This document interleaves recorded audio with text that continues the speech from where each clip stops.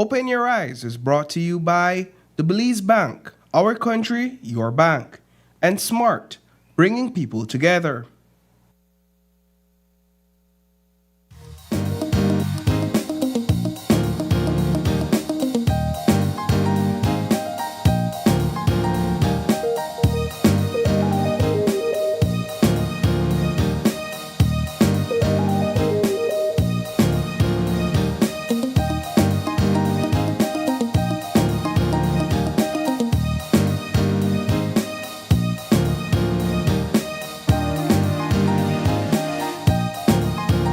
Live from the GBM studios in Belize City, it's Open Your Eyes. Start your morning right with your hosts, Sabrina Daly and Isani Caetano.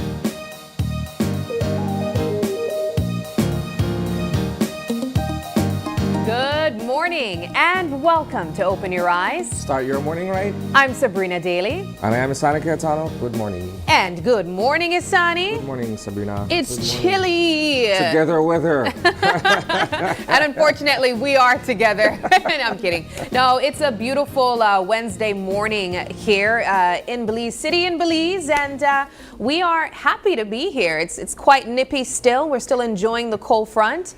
Perfect for the season for sure. It's a Wednesday morning, and I don't know that I feel as if though we're at the middle of the week. It doesn't feel, right? Yeah, I mean, it kind of feels slow, but yet we're already halfway there. Yeah. I say kind of feels slow because I think when it's sunny, to me, the day moves by faster. When it's gloomy, everything seems to be moving in slow motion, right? You know what, too, though? Yesterday felt a lot slower than normal because it was gloomy, it was chilly, and there was also an extended power outage. Of course, on our side, we didn't necessarily experience it here at our building, but I know for sure a lot of people might have felt like the day was going by way too slowly. Yes, we're going to get into that. We are. 5 things, right? We are. Here's the lineup for our show this morning. We're going to be breathing hope into lung cancer awareness. PUMA Energy releases CLEANTEC, a fuel that protects. Unlocking leadership potential at the Global Leadership Summit. And finally, promoter John Marsden turns up the heat for Bacchanal Sunday. All right. And we also have some things we think you should know before you leave your homes this morning. Starting off with PM shaking up the cabinet. Belize City suffers longest power outage in years. As we hinted earlier, we spoke about that not only just moments ago, but also yesterday in our morning show. Permanent license revocation for serious traffic offenders. Children's Parliament takes place on Friday the 14th in Belize City. And finally, Belize sends $200,000 in relief aid to Jamaica and Cuba after Hurricane Melissa. Now, I know you thought I was excited to talk about the power outage yesterday. Well, really, I think it's still on everyone's minds, but we can get into that as well, Isani. Yesterday, as we mentioned, there was approximately a 12-hour power outage in certain parts of Belize City. I know in certain areas like Belama, Bella Vista, they were able to get back power a bit earlier. I could tell you, I did not expect it to go so long. Yesterday when we came on the morning show, I kind of made light of it. I said, well, you know, Paul, it sounds like you never iron your clothes, all of that. And I woke up with lights. I had no trouble. As I mentioned, though, I did not anticipate that it would have gone up to 12 hours, affecting many people, including vendors as well here in Belize City. Well, so apparently the power outage happened around midnight. And this was in the area of the Westlake facility. That's by mile 8. And so it stretched on for almost 12 hours, as you mentioned. Yeah. Now, fortunately, because of the weather, we never really feel too hot, right? I'll say, yo, everything was, well, it's not that I had a choice, but everything was turned off. Yeah. Right? Fan, you name it. But it was cool, so I didn't really complain. So from my end, I was fairly comfortable. Yeah. But when you think of extended power outages, you start to think of perishable food items. You start to think about vendors who are inconvenienced, you know, who rely on a constant supply of electricity in this case. And so I'm pretty sure that for a good amount of people, you know, they woke up yesterday morning miserable, not knowing how to go about their day because they weren't sure how long the power outage would have been. I was told initially, by look out for it around 8. Then I heard by 9:30. Then I heard, oh, it's moved back to 11. Well, fortunately, and I'll say this, Sabrina, I think I was the first to reach at work yesterday. Yes, that's true. When we saw you this yesterday morning after the morning show, I was like, what are you doing here? Only because I know that, you know, the generator kicking for midnight over got here, iron right? clothes? That I didn't have to iron yesterday, thankfully. But I mean, you know, you want to be plugged in. You want to be able to I know do what you certain mean. things I know what you and, mean. You know. Yes, he was here, and we were making commentary about that. Yeah. But as you mentioned, the outage was due to a fault. There was a line fault near the Westlake substation at mile 8. This, I believe, well, obviously would have been rectified. And of course, for most of us, we didn't complain too much because the weather was cool. Yeah. We're hoping that this does not continue to be the case, though. As we did mention, it was an issue, a line fault issue, and so we're just hoping that, one, the weather continues this way, and two, we don't see any more extended power outages. I know for sure my day was a little bit different yesterday.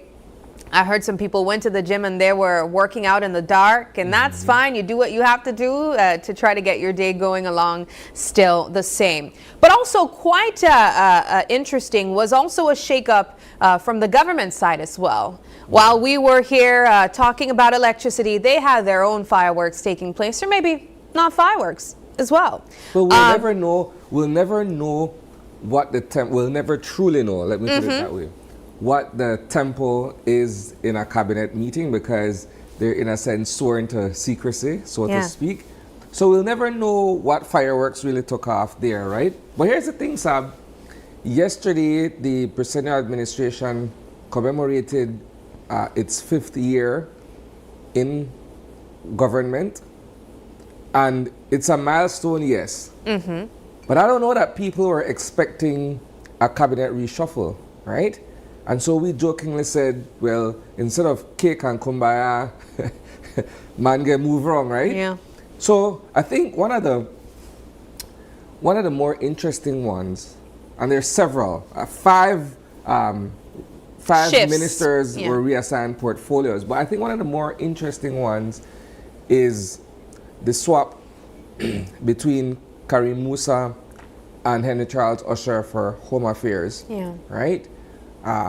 You would know, and as many would, that there's been a sustained call on the part of the opposition, at least when Shine Barrow was the leader of the opposition. There was a sustained call for Karim Musa's removal as Minister of Home Affairs based on the state of crime and violence across the country. And I'm not saying that it's as a result of that. But at the same time, when you look at what's been happening and some of the measures that have been put in place, there are a lot of questions than answers. Yeah. Where crime fighting is concerned. And it's not to take away from the efforts of Minister Musa. It is a tough job. It's one of those portfolios where from you get it ahead, they had to, right? But I guess he's tried his best, you know, to make sure that things have some semblance of normalcy. But at the same time, Sab, after 5 years, or on the 5th year, you would want to think, well, you know, let's try somebody else and see what strategies or how progressive a successor would be. And so I think it's with that in mind that I look at it with, you know, a completely open mind that Henry Charles Usher will probably do something different in terms of trying to stem crime and violence in the country. I think that's one perspective to have, but I want to take another look at the climate so far when it came to crime fighting within the Belize Police Department, because there are some with a view that, for example, the black eye, the continuous black eye that the Belize Police Department have had to been facing because of, for example, the Budna investigation. Could that have potentially influenced the shifting of Minister Kareem Musa from that area to another? There's a likelihood, yes. I imagine. I mean, I think the Home Affairs Ministry, there leaves very little room for error. Of course, all portfolios should leave very little room for error, but more so Home Affairs. More so Home Affairs. Exactly. And not only that, we've seen in just a matter of a few months or less than a few months, we've seen a shift of a commissioner of police, then him being reinstated. We've also seen several persons come out complaining about the spike in gang violence. The recent deaths we've also been seeing. Road traffic accidents that doesn't even have anything to do with the Belize Police Department, but there still is a linkage to them because the Belize Police Department also works with the Ministry of Transport. There's a lot of concerns right now from the citizens, and I imagine that was also a consideration from the Prime Minister. What say you? Well, you're right. But here's the thing too, Sab. The Belize Police Department has long been seen as reactionary as opposed to being proactive and getting ahead of the curve. But they're also so under-resourced. Yeah, 1 second, right? So that when we look at crime and violence, we oftentimes forget crime prevention. We always look at they're responding, and they're responding in sort of a heavy-handed manner. And that's what makes people, one, fearful, two, skeptical, and just completely standoffish when it comes to law enforcement, right? If I look at my neighborhood, for instance, right? There was a change from having the special patrol unit take charge of patrolling and keeping things in order in Lake Independence to now the GI3 and the Belize Defense Force. And if you would think that some people, or perhaps many of the people who reside in that community, would be more, welcoming to GI3 and BDF, not necessarily. It's almost as if though that same skepticism for law enforcement carries on despite who is there, I guess, based on the approach and the interactions. Yeah. Right? So, again, I'm hoping that there's a sort of warming up to these changes. I want to take a look at the difference perhaps between the styles of leadership then as well. We know what Kareem Musa, Minister Kareem Musa brought about in his leadership. Do you expect anything different in perhaps styles of leadership from Minister Henry Charles Usher? I would want to. Yes, I would want to. When you have a new leader take the helm, in some instances, some of us are looking for continuity with things that work. In other instances, we're trying to find a departure from the things that did not work with a new strategy being brought forward, right? So I think it's through those lenses that I would expect that Henry Charles Usher comes in with a new game plan, and let's see how that works. But for it to work, we, the citizens, as well as law enforcement, have to work hand in hand to make a change. Now, speaking about making a change, here is something that struck me as kind of obvious from the very beginning. And it never materialized until yesterday, right? Home Affairs was paired with New Growth Industries. And the conflict in the eyes of many, and this was laid bare during the cannabis referendum period, right? How you have the Home Affairs Minister who's supposed to bring down the hammer on law enforcement to promote the weed thing. Yeah. Right? So finally, they've separated the two responsibilities, and New Growth Industries now goes to agriculture, which should have been from the very beginning. Yeah, that makes so much sense to me. That makes so much sense. Which should have been from the very beginning. Yeah. But at the same time, enterprise has been removed from Minister Jose Abelardo Mai, and it's been given to another minister, right? But when we think about enterprise, those of us in the news circles, we think about Free Zone and what's been happening there, and all the allegations and all these things that are happening at the Free Zone, and the appearance or the semblance that Minister Mai may not have been able to have things in order where that is concerned. You hear about cartel business, you hear about illegal imports of cigarettes. You hear all of these things, right? That would, in a sense, fall under his scope that has to do with enterprise. My last question, or my last thought on the matter or the swapping of Kareem Musa and Henry Charles Usher, do you consider his shift a demotion? No, I wouldn't. I don't look at any of these. I don't look at any of these shifts or shuffles as a demotion. Okay. That's just my opinion, right? Others would see it that way. I just look at it as trying to find the best fit to make a difference in those particular ministries. Speaking of which, the final one for me regarding this, right? Oscar Kenya. Yeah, I was gonna get over. I was gonna say, all right, let's move on. No, he's a career educator. 24 years of service to the education sector. He was given this portfolio in March when they won, and within 7 going on 8 months, it has been returned back to Francis Fonseca. Yeah. Now that is the question to ask. Yeah, I was if gonna that's say a demotion or not, because you would, I think that's somebody who knows the classroom inside and out and who knows how to navigate that particular area. But that's also a tough portfolio to have too, though. I mean, we're seeing the strikes taking place. It's really hard to please the unions. And when you're coming in with, I think, already tensions in trying to ensure that the teachers are happy, as a career educator, they would expect for you to be on their side from the jump. Okay, and I take that. You're 100% right. But I'm also looking at a story that we ran recently where you have students who are seeking assistance were unable to interact with the ministry to get their assistance going. I guess there was a communication breakdown or what have you. And all of these things fall squarely at the feet of the minister, right? So perhaps you have students in Mexico, Taiwan, or elsewhere studying on a scholarship, and they're relying on financial aid from the government of Belize, and then you can't get through, no emails and get answered and things like that. But that's only on one end. And last week we were talking about the fact that the BNTU came out and said, well, look, how you are call the money where you give we last year our advance when those were monies that were owed to us from the very beginning? Yeah. Which in a sense is a slap in the face of the teachers, right? And the whole issue of salary and what have you. So maybe it's the right thing to do to revert back to the original, or the initial, I should say, minister responsible for education. I mean, my only question is this too much, I guess, on the plate of Minister Francis Fonseca? He Well, has foreign affairs, foreign trade, education, culture, science, technology. But this was what it was from the beginning, and he seemed to be doing a fairly good job of it in terms of juggling it. Now, he has several CEOs now, right? Yeah, he does have two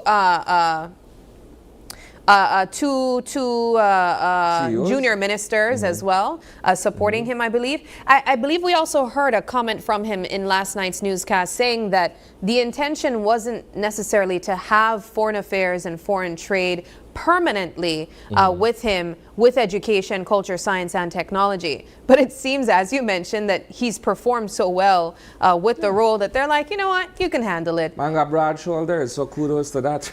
Right? All right, what else well, we got? all right, well, I know that those are the two main ones that we are looking at this time.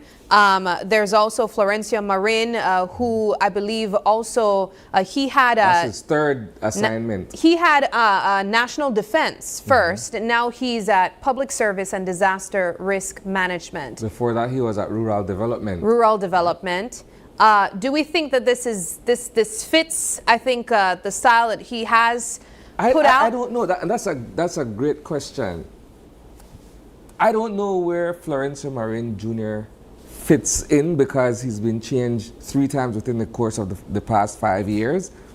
And so it's not like, in my opinion, he's left a mark to say, well, this is how the man good in, or this is how the man could do, or what have you. I think it's just been moved around too many times within the span of 5 years. I know public service will be an interesting one to monitor how he handles that area. Disaster and the unions. Exactly. That's why I said public service. It's going to be quite an interesting one to observe. And of course, we will be following that as well. And as we mentioned, there's also Abelardo Mai, who got New Growth Industries. We think that that's fitting with agriculture culture. And so we want to hear your thoughts on it. What do you think about the shift that recently took place? Do you think that any of them are somewhat like a demotion? Do you think that there's reasoning supporting some of these shifts? Do you believe that these ministers who are a part of the shifts, that they match their now portfolio that they have? We want to hear your thoughts on that. But Asani, we do have to move things along. We know that there's also other interesting conversations taking place on the news. Yesterday, we spoke at length about the road traffic accidents that were taking place, or that is still taking place. One of the interesting comments that came out of that was an interview that we did with the CEO of the Ministry of Transport. Now, yesterday, we spoke about Chester Williams making commentary about perhaps having a motorcycle type school, motorcycle driving school. Now, I think this other commentary is even more interesting because it speaks to penalties and steeper penalties to persons who increasingly violate the rule of law when it comes to traffic laws. Now, there's conversations about possibly permanently removing or revoking licenses for serious traffic offenders. Do you think that this could be the solution we need to curbing these crimes that we're seeing with traffic and even these accidents? Well, it's one alternative to explore, perhaps having tried everything else, right? So the thing though is that to amend the existing legislation, this has to go back to Parliament. And those who sit in the lower and upper houses have to look at this situation critically. And I think it doesn't get more serious than looking at the body counts, right? And the fact that certain measures have been put in place, perhaps they're seemingly ineffective, right? And so to be able to address it, not with some finality, but more stringently, you have to start looking at, man, didn't we just charge you for this traffic offense twice before? So maybe the third time around, look, you're not supposed to step on the road, none at all the driver operate a motor vehicle. So let's call it a day where that is concerned. Maybe that's what we need, right? But here is one thing. Putting laws in place is one thing, and that's fine. We need laws, we need regulations, but enforcing it and making sure that in this great animal farm, that if yours get cancelled because of certain things, and I am also in violation of the same offenses, you then can't use your connection. I supposed to be cancelled too, and vice versa, right? And we all know how things play out. What's always good for one may not necessarily be good for the other based on certain factors that, you know, may look at favoritism or maybe paying off people and so on and so forth. Yeah, I mean, that's a valid point, and that's been a long-standing issue. We know that there are persons who've been able to get away from certain consequences because of their connections. And so we have to see if enforcement will be taken seriously if this is something that is considered. I know that it would definitely scare some people into perhaps shaping up themselves. One of the commentary that we were able to get was from the Forensic Science Service in regards to some of the reasons behind That's alarming. these incidents. 2 out of every 3 Exactly. victims or persons involved in road traffic accidents are often under the influence. Yeah. Wow. That says a lot That's about 2/3 of everybody. That says a lot about statistic. what driving is like here in Belize, about not only the drivers, but persons in the passenger seat, the level of safety that you have when you're on the road as well. There was an interesting tidbit that came from Jian Cho, he's the executive director of the NFSS, where he's saying, look, and those are the people that we actually get samples from. Because oftentimes when an accident happens, you get pretty banged up. Yeah. You get taken to the hospital for treatment, they don't really get the sample there. So what about that population of people who would have been treated and they didn't draw a sample from them to see if they were under the influence of alcohol too, as either victims or in this case, offenders? It's scary. It's really scary to think about. We go back to the comment that was made by ASP Stacey Smith about the responsibility that we have as drivers, but even as family members or loved ones of persons who are, you know, going on the road to ensure that you ask them, are you capable of taking care of yourself? Do you have a designated driver? And I don't know if there's something that happened along the way that we don't ask that or we don't necessarily care about it. I know when I grew up, I wouldn't even want to be in the vehicle with someone who was consuming alcohol. And so I really don't know what shifted. How have we gotten so brave that we think that it's okay to do that? I'll give you a personal experience, right? I think it would have been about a month or so ago, a little over a month or so ago.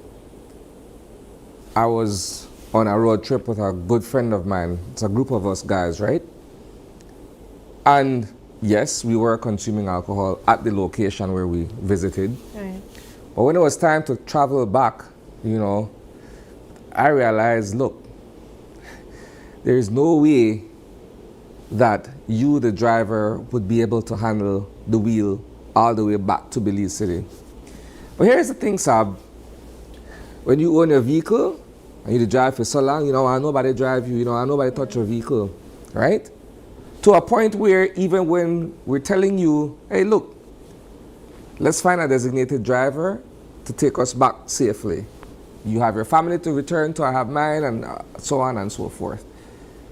But initially the person was adamant, right? That I could handle. But you're seeing clearly that this person is incapacitated.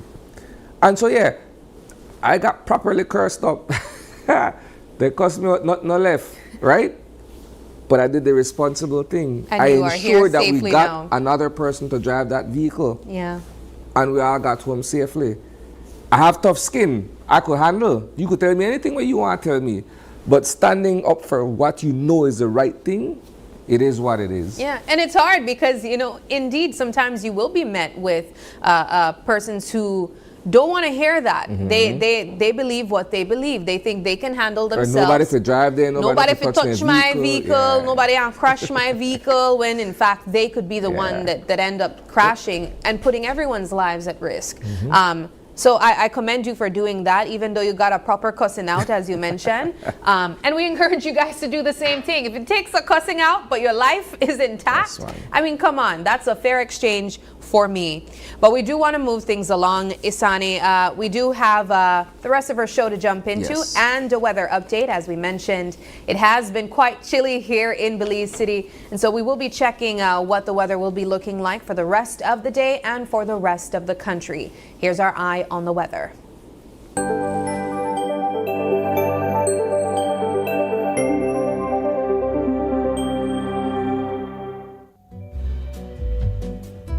All right, today's weather forecast is brought to you by the National Meteorological Service, and it calls for cloudy skies today with sunny breaks along with isolated showers or periods of light rain to develop offshore. Tonight's skies will be mostly cloudy with outbreaks of showers, thunderstorms, and periods of rain to develop mostly over central, northern, and offshore areas. And before we even get into the temperatures, it was just earlier, me and Isani, we were talking about enjoying the cool temps, and then following that up by saying, but you know what? Sometimes the rain comes and it breaks up the cold. So I'm sorry, Isani, it looks like that might just be taking place. But in terms of temperatures today, this is what we can expect. Coastal areas will be experiencing highs of 77 and lows of 68. Quite cool. And inland, highs of 78 with lows of 63. And then in the hills, they're dropping to highs of 68 and lows of 58. So very much cool temperatures over there. You might want to pull out an extra layer.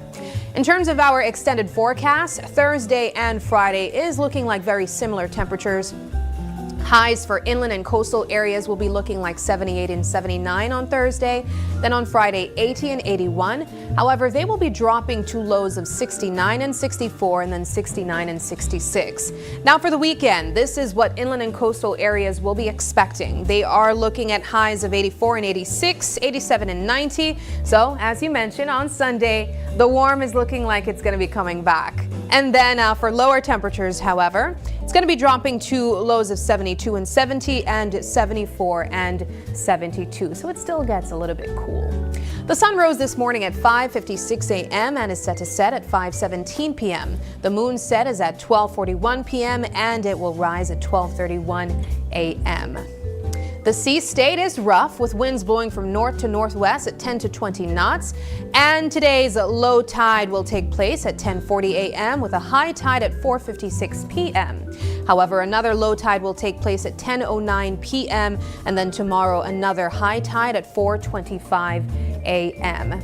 And that does it for our Eye on the Weather, brought to you by the National Meteorological Service. Isani, back to you. All right, thank you, Sabrina. Guys, when we return, we're going to be joined by Dr. Ramon Yacob. He's an oncologist, and we're going to be talking about lung cancer awareness.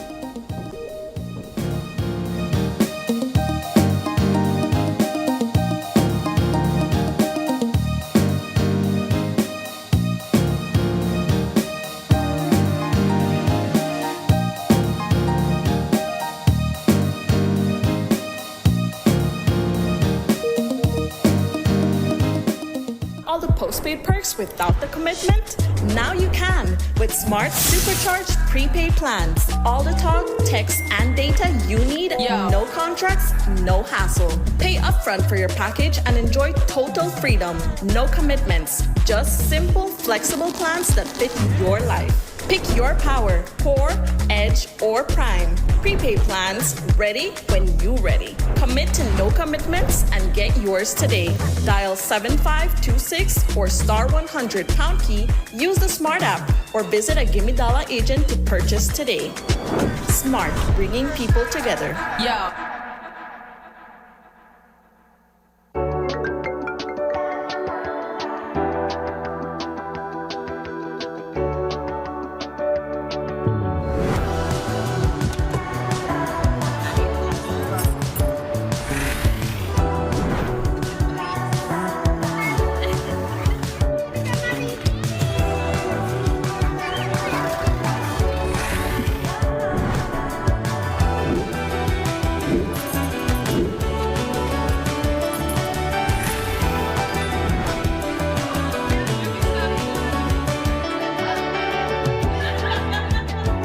The future is calling. Belize Bank. Your future, our commitment. Today we are going to tell you a story based on real events by dengue. Chapter 2, Care During Pregnancy. Once upon a time there was a woman called Victoria who was longing for the arrival of her second baby. She also knew that she had to take good care of herself because dengue fever is especially dangerous for pregnant women. One afternoon, after a short nap, Victoria felt feverish. Her head, eyes, muscles, and joints ached, and she noticed her skin had turned red. She recalled what she had been told at the health center. Pregnant women should watch out for any symptoms. The first thing she did was check her temperature. 38 degrees Celsius. Without wasting time, she took paracetamol to control the fever, drank plenty of fluids, and went to the nearest hospital. When she arrived, the doctors examined her and kept her under observation. "You did the right thing, Victoria," they reassured her. She remembered what had happened with her first child when he was only 8 months old. As soon as they noticed symptoms of dengue, he was placed under the care of a healthcare professional, because pregnant women and children under 1 year old are two of the population groups at higher risk for dengue. So that's all, folks. But remember, always take care of your health.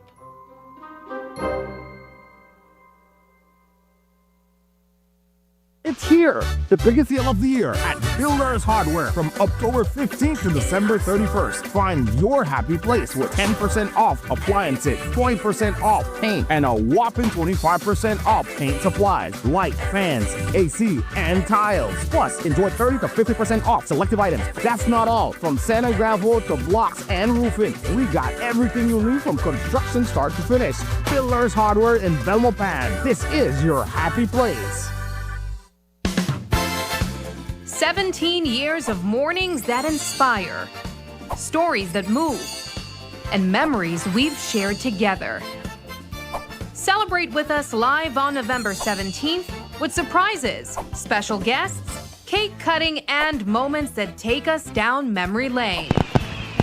Open Your Eyes Anniversary, 17 years of frames.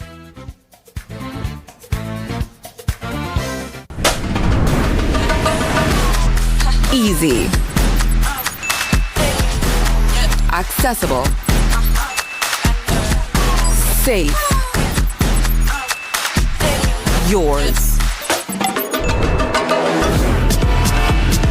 Digi Wallet. Easy, accessible, safe, yours. GBM is turning the spotlight home. All Belizean, all day, every day. We're bringing to you more local and regional programs than ever before. Relive the classics you love. Plus, enjoy brand new stories that celebrates who we are, our people, our pride, our Belize. So whether you're at home, in the office, or on the go, keep GBM on, because now more than ever, Belize is on TV.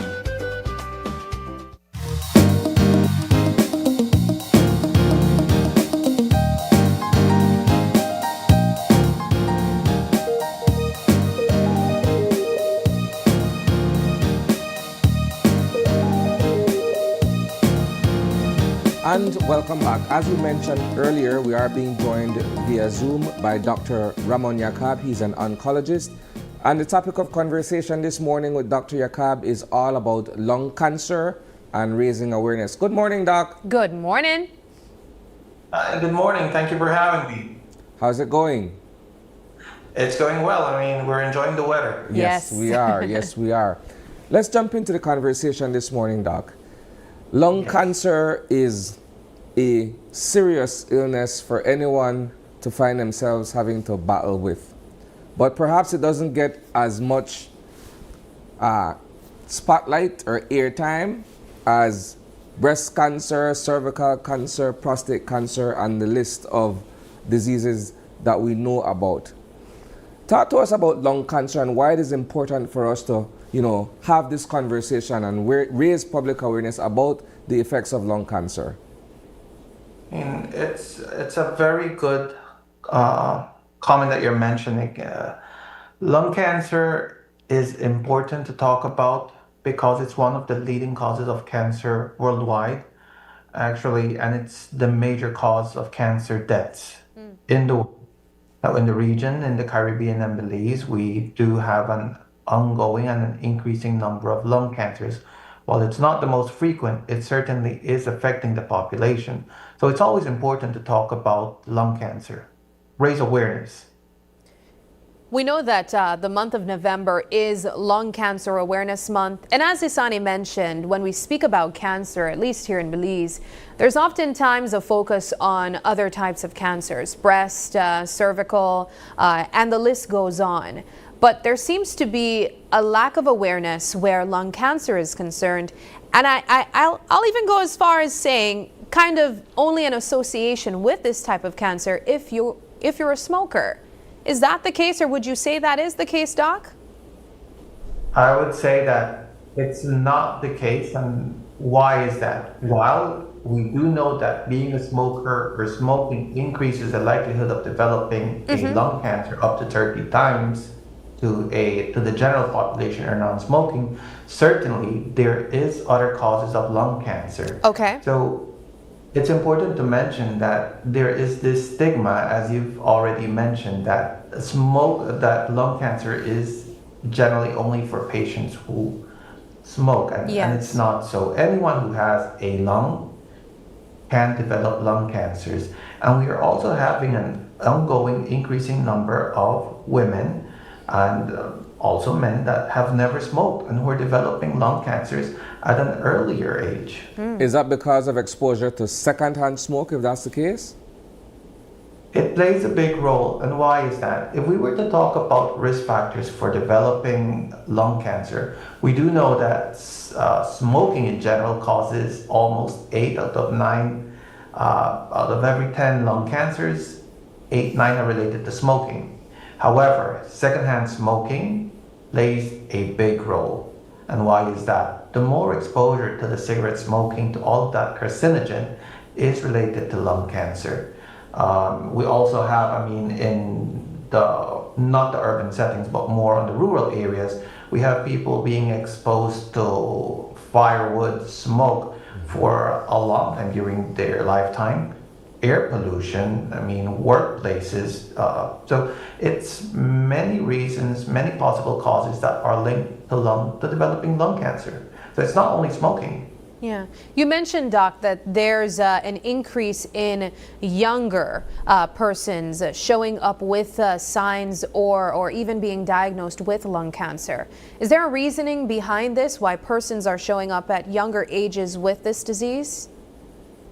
Yes, and a lot of this is mostly related to environmental factors, mostly the exposure to secondhand smoking, but also we have to take into account potential genetic implications. Especially in younger population, there is a high-risk population. For example, if a patient has a relative, a first-degree relative like a brother, sister, father, mother who had a history of a lung cancer, especially below the age of 60 years, that is a patient that has a high risk. So we have to always remember family history. Also, I mean, workplaces, patients who are exposed because of your work to different chemicals in the air, asbestos. Those are the persons who are generally having lung cancer at an earlier age. And we also have to take into consideration not only cigarette smoking, but other types of exposure to smoke. Well, we have to take into consideration what are the chronic changes that the lung undergoes by doing vaping, what are the chronic changes that the lung undergoes in people who smoke marijuana. So there are a lot of things that are on play here. Yeah. I'm glad you mentioned vaping, Doc, because for the longest time there was this type of marketing that vaping is the safer alternative to cigarettes when it comes to having lung cancer in the long term. What can you share about vaping and the effects that it has on the lungs that could potentially lead to lung cancer? It is considered an alternative. However, the safe part is always not that so. And why is that? At the end of the day, vaping is related to young people or anyone who does it to be inhaling chemicals. That it goes very deep into the lung tissue. Actually, vaping has been also related to acute lung injuries and even death in younger people. So the thing is that when we're doing a lot of linkages when we're related to cancer, we follow up for many years the patterns and the possible cause. Vaping has come into society less than 20 years, so it's still early to say, but we do know that there is an increased risk of having chronic changes in the lungs, which can lead to a possible cancer. But research is still ongoing. Yeah. Talk to us about perhaps the various phases of lung cancer. So if someone is diagnosed at an early phase, perhaps as with any other tumor or cancer, what are the processes and how do you go about perhaps getting the kind of treatment or response that are necessary? Now, that's a very good question. To be truthful, unfortunately, most patients, and this isn't only in Belize but across the region, almost 8 out of every 10 patients come in with an advanced lung cancer. And that just tells us that we need to raise much more awareness regarding symptoms. Now, as well, just as breast cancer, cervical cancer, there are ways we can screen. So I'll want to talk a little bit about the screening part, and then we'll talk about the different stages and the possible symptoms. So if in the general population, unlike breast cancer and cervical cancer, we cannot be doing testing for everyone. But what's rather done is that we identify who has the highest risk of developing a lung cancer. And we've established that it is persons who are smokers, and that were heavy smokers, meaning that they generally consume over 20 packs of cigarette per year for years. For years, I'm mentioning over 10, 15 years. These persons, generally in their 50s to 70s, are candidates for screening. Now, how do we screen for lung cancer, you may ask? We generally do what we call a low dose CAT scan or lung tomography, which is generally relatively safe. I mean, would we outweigh risk and benefits? So, people who fall in this category, we have to have a discussion with them on the need for screening. Now, apart from that, everything else is based on symptoms. So it's knowing that if you're coughing, if you have a chronic cough, visit your physician. Always go for the medical checkup. We may sometimes think, oh, the person has a history of smoking, it's a smoker's cough. It may not be so.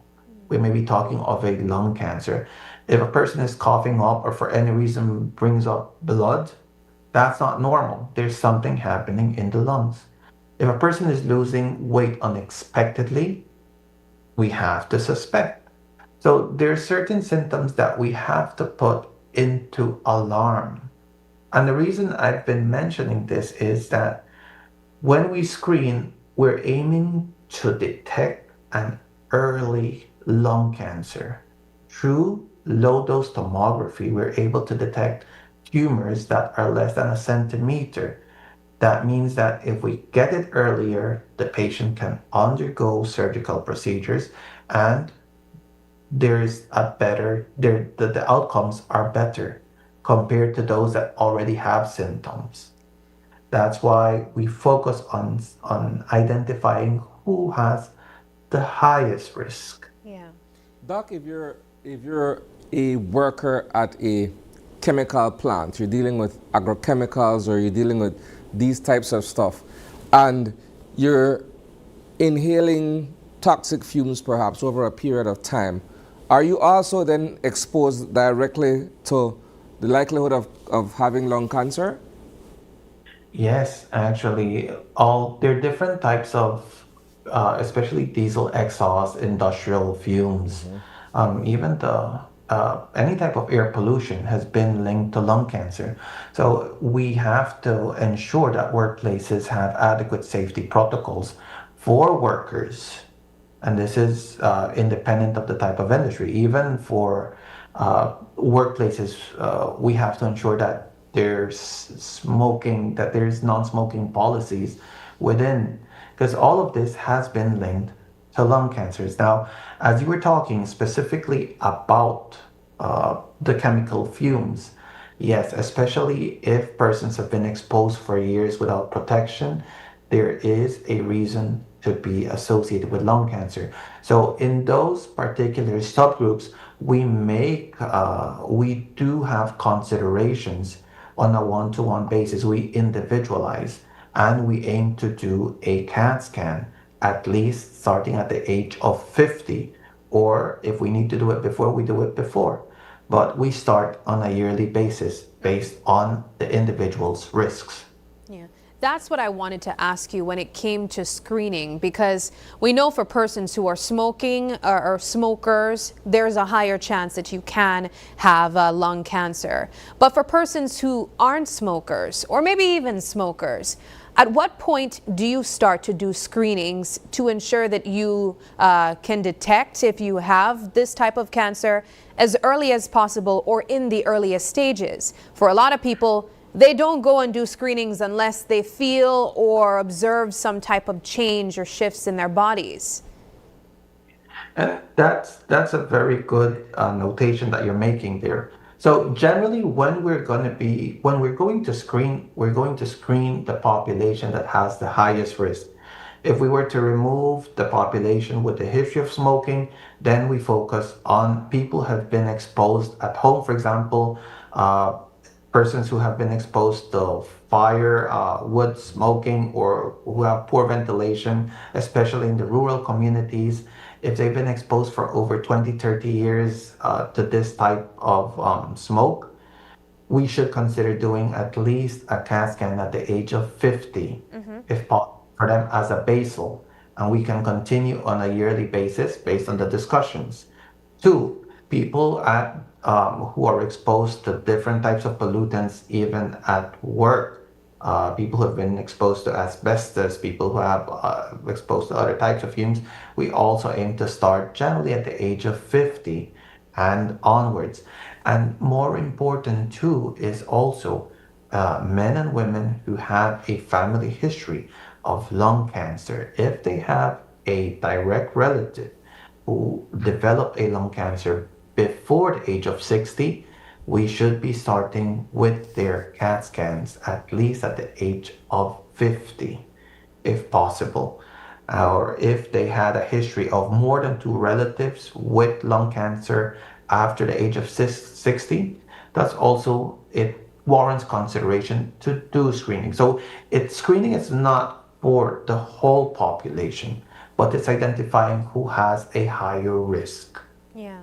So, a few weeks or so ago, the government of Belize, through the Ministry of Health and Wellness, introduced new legislation in the House of Representatives, and that's to address the issue of tobacco consumption and labeling and what have you. In terms of raising public awareness, do you think that these measures are sufficient, or should there be perhaps more of a concerted effort, not only with the Ministry of Health and Wellness, but perhaps with private stakeholders in terms of working together? I mean, I'm very happy to hear about the tobacco bill that it was introduced. I mean, they are the first steps, and it goes along with WHO's framework about, so it's important to note that it passed and that we're doing the first step. Certainly, it takes much more than the government to do their part. It takes the whole country, the whole community to be involved, because they are working on the policy, the framework to ensure that we reduce the complications related to smoking. But certainly, it's going to be up to us as the population to also put our part. Yeah. You know, there's a lot of people who might live in their own little bubbles, and they have loved ones who might have been smokers or exposed to smoking for a very long time. Some people who refuse to make that change to ensure that they protect themselves against lung cancer. What do you say to individuals, Doc, who might say, you know, I have a grandparent who smoked all his life and he never had lung cancer? Yeah. I mean, the first thing is, what we can always tell is, we have to always advise people to stop smoking. I mean, relatives, the general population needs to know that it's not good. And I must mention this because we always hear it at the consultations, Doc, I heard that cigarette smoking and lung cancer, there are people who don't develop lung cancer. And that is also true. Not everyone will develop a lung cancer, but there's a 30 times higher risk of developing in smokers. And if you love your loved ones, if they're being exposed on a daily basis constantly to secondhand smoking in the same household, that increases their likelihood of developing lung cancer at an earlier age, and it increases their chances of developing cancers between 3 to 5 times than the general population. So you're putting your family at risk. If you love your family members, if you love your relatives, don't smoke there. The other thing is also that cigarette smoking or smoking in general is not only we don't only have to think about cancers. Cigarette smoking is also related to other medical conditions, COPD, underlying heart disease, strokes. So it goes much more than just cancer when it comes to the implications of health and smoking. When you look at marketing, however, prior to now that there has been strict measures put in place to regulate how we commercialize and market cigarette, everybody, because of how the ads are put out there, the billboards, believe that smoking is cool. So that when you try to speak with someone who's a younger person, it's almost as if though you're telling them to be uncool. That's the response you get from them. I say that because I have a personal friend of mine who's a chain smoker, and I've tried to tell him, look, go slow on the cigarettes, but if he doesn't smoke 5 cigarettes within an hour or so, he doesn't feel as if though he's normal to himself. Wow. How do we change these behaviors? And certainly also when we think about cigarette smoking, we also have to think about the more you use it, what's addiction. So we have to really see as what programs we can be able to offer people who are dependent on cigarette smoking. For example, nicotine patches or other ways. So we do have to see what are the measures that we have in country. But we can always advise. At the end of the day, raising awareness, giving information is also empowering a community in the decision making. And while, as you've mentioned, the labels are important, it's what they are doing at the end of the day, measures are being put in place to try to have people use less cigarette, but we also need to get the education out there as to why you shouldn't do it or why is it dangerous for your health. All right, well, Doc, as we acknowledge lung cancer awareness this month, I want to get some final thoughts from you, advice perhaps for persons who might be smokers, might be exposed to chemicals that could potentially lead to this, and just an overall message on how we can protect ourselves and our lungs. The first thing is remember that lung cancer is out there. I mean, all of us, anyone, we're all at risk. It's not only the persons who have a history of cigarette smoking. Non-smokers can develop lung cancer. Lung cancer is certainly not only for people over there at the age of 50s and 60s. We have younger people also developing lung cancer. So if you have any symptoms, if you're coughing up chronically, if you're bringing up blood, see your physician.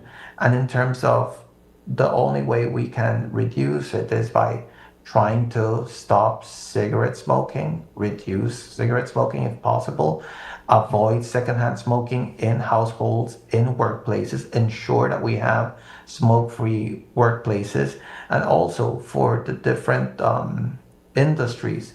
I mean, talking about worker protection, right? If they're going to be exposed to different type of smokes, at least we need to see how these people are being protected to reduce the risk of developing cancers. All right. Well, thank you very much, Dr. Jacob, for joining us. We appreciate the time taken to educate us on lung cancer and, of course, different things that can affect our lungs as well. We wish you all the best. Thank you. Thanks for having me. All righty. We take a quick break now, but don't go anywhere. When we come back, we will be talking about PUMA Energy releasing CLEANTEC, a fuel that protects.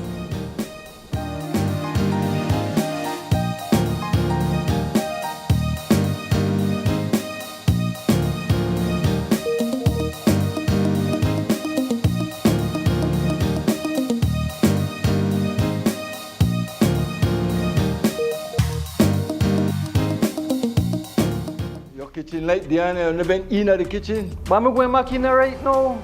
And the coffee maker? Just to try to keep my coffee warm for later. What do you do now? I'll try to think about what to eat. You know, the more you open or close the fridge, it takes longer for the food cool. For a hot day like today, it burns more energy. You charge your phone right now? No. Plug it out then. You really only wash 2 Lee socks and 1 Lee shirt? You don't know what small load burn the same amount of electricity as large loads? But this is my favorite shirt. You have to be more energy efficient. Use large loads. This AC, they blow hard. You know, if you keep the temperature at 25 degrees Celsius or higher, you burn less energy and you also keep the place cool. And for a nice day like today, turn off the AC, open up the house and make some fresh breeze come in. You know what? I think I get it now. As consumers, we need to be more energy efficient and practice energy conservation. Get ready, please. The deals are drumming louder than ever at Penny's. On November 18th, for one day only, Benny's is turning up the savings with the Drumming Deals one-day sale event. Find amazing discounts on selected items such as paints, fans, lights, faucets, tiles, and so much more. Plus, get B-Bucks with every purchase. Remember, B-Bucks is free money. So don't miss out. Visit any Benny's location countrywide on Tuesday, November 18th. Drum up some savings this massive season with the Drumming Deals one-day sale event only at Benny's. Quality and savings. 17 years of mornings that inspire, stories that move, and memories we've shared together. Celebrate with us live on November 17th with surprises, special guests, cake cutting, and moments that take us down memory lane. Open Your Eyes Anniversary, 17 years of frames.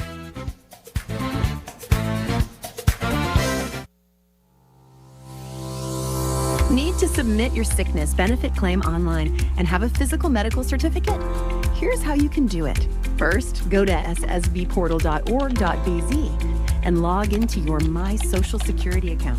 Next, on your dashboard, click Benefits and choose Forms. Review the requirements, then click Continue to proceed.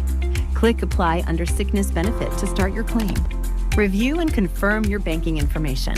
If it is not correct, select No and follow the steps to update your banking details. If your banking information is correct, select Yes. Next, if your illness is not related to an injury at work, select No and proceed to upload your medical certificate. Select your claim period and confirm your employer details. Read the declarations and click each to agree. Click Submit and you're done. A confirmation email will be sent to you. Your employer will also receive an email with your claim details and a request for your salary information. If needed, submit your sickness benefit claim online and receive real-time status updates.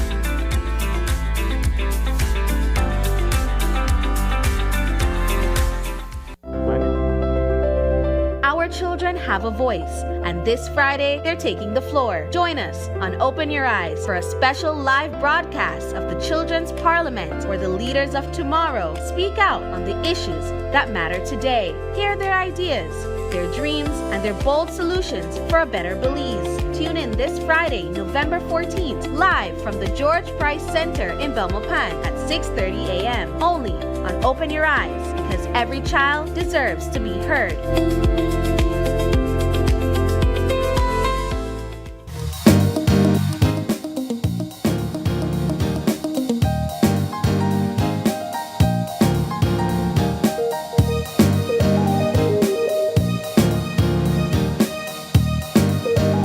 Welcome back to Open Your Eyes. This is our second conversation, and as I mentioned, it's all about PUMA Energy releasing CLEANTEC, a fuel that protects. We're joined this morning to talk about it by Andrea Rayo. She is head of marketing for Belize and Guatemala, representing PUMA Energy, and she's joined by Brenda Pascasio, retail manager, also representing PUMA Energy. Ladies, thank you so much for joining us. Thank you for having us. And welcome. All right, let's jump into it. CLEANTEC. Now, before we came on, I was trying to share a bit about what my knowledge looks like when it comes to purchasing fuel and understanding quality fuel. And really, there's no knowledge. I know nothing. I go to the pump and I say, sir, can I have this, this, and this? And I drive off and I drive with faith.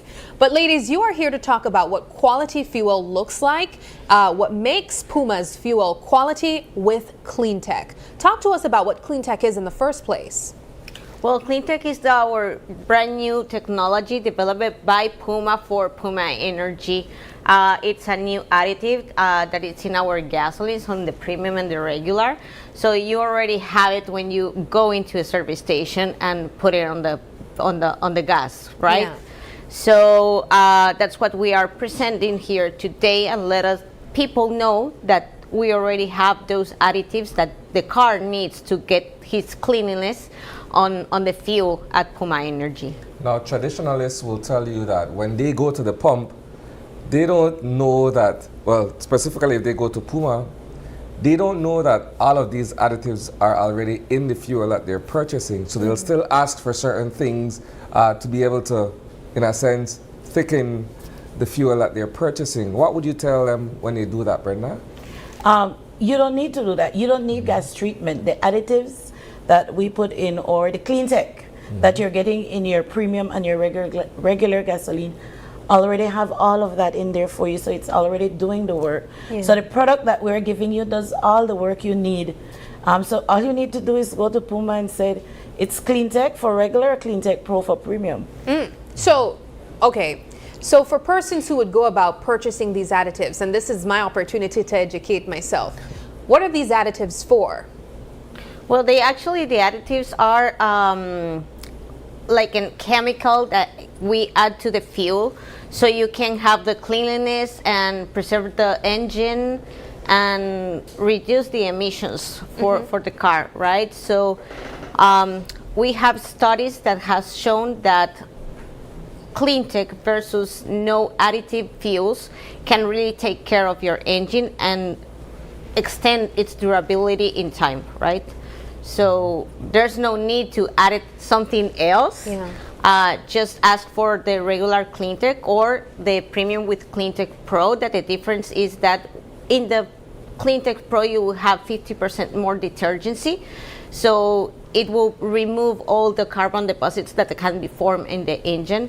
And the CLEANTEC, regular with CLEANTEC, will prevent from forming those deposits, carbons. So while we look at the health of our engine, as a company, how is PUMA looking at its use of fossil fuels and, of course, going green?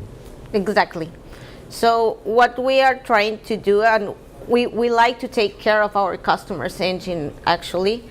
So that's the reason why we develop it. And we try to improve our product as well as the technology in the cars are also improving, right? Because it's not the same that an engine from the 90s and from the 20s, right? So we are developing as well as the market, but it doesn't mean that you cannot put on CLEANTEC for an old car. As I said before, the reason of CLEANTEC is trying to give a second life for that engine.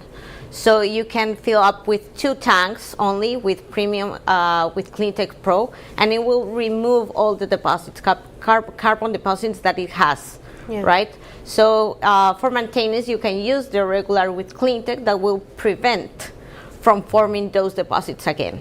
What's the difference between, you said CLEANTEC and CLEANTEC Pro? What's the difference between them? Well, the main difference is that CLEANTEC Pro is 50% more detergency than the CLEANTEC. Now, when we go at the pump and we purchase, is this separate from telling the attendant, hey, I want a certain amount regular, a certain amount premium? Do you say I want CLEANTEC specifically? And does it come with an additional price? No.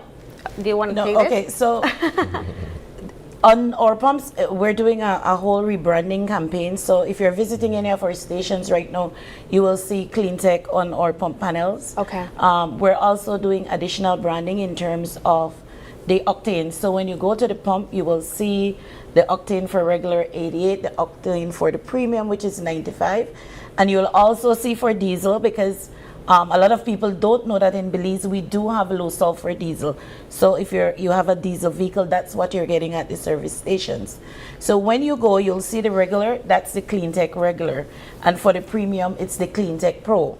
So basically it's just, you can still say, you can be fancy, we'd like that. I'd like some CLEANTEC Pro. I would like some CLEANTEC regular. And the pump attendant will know what it is that you need, right? And as you mentioned, this is already transitioned in there, so it comes with no additional price. No additional price. So basically, like Andrea said, we've upgraded the technology, and we felt it was the right time for Belize to launch it. We actually, if you've been at PUMA over the last 3 to 4 weeks, you have been getting that CLEANTEC Pro in there. One of the things that I also spoke of earlier was when I started driving, I remember being educated about certain things and obviously one of them would have been fuel, putting in fuel.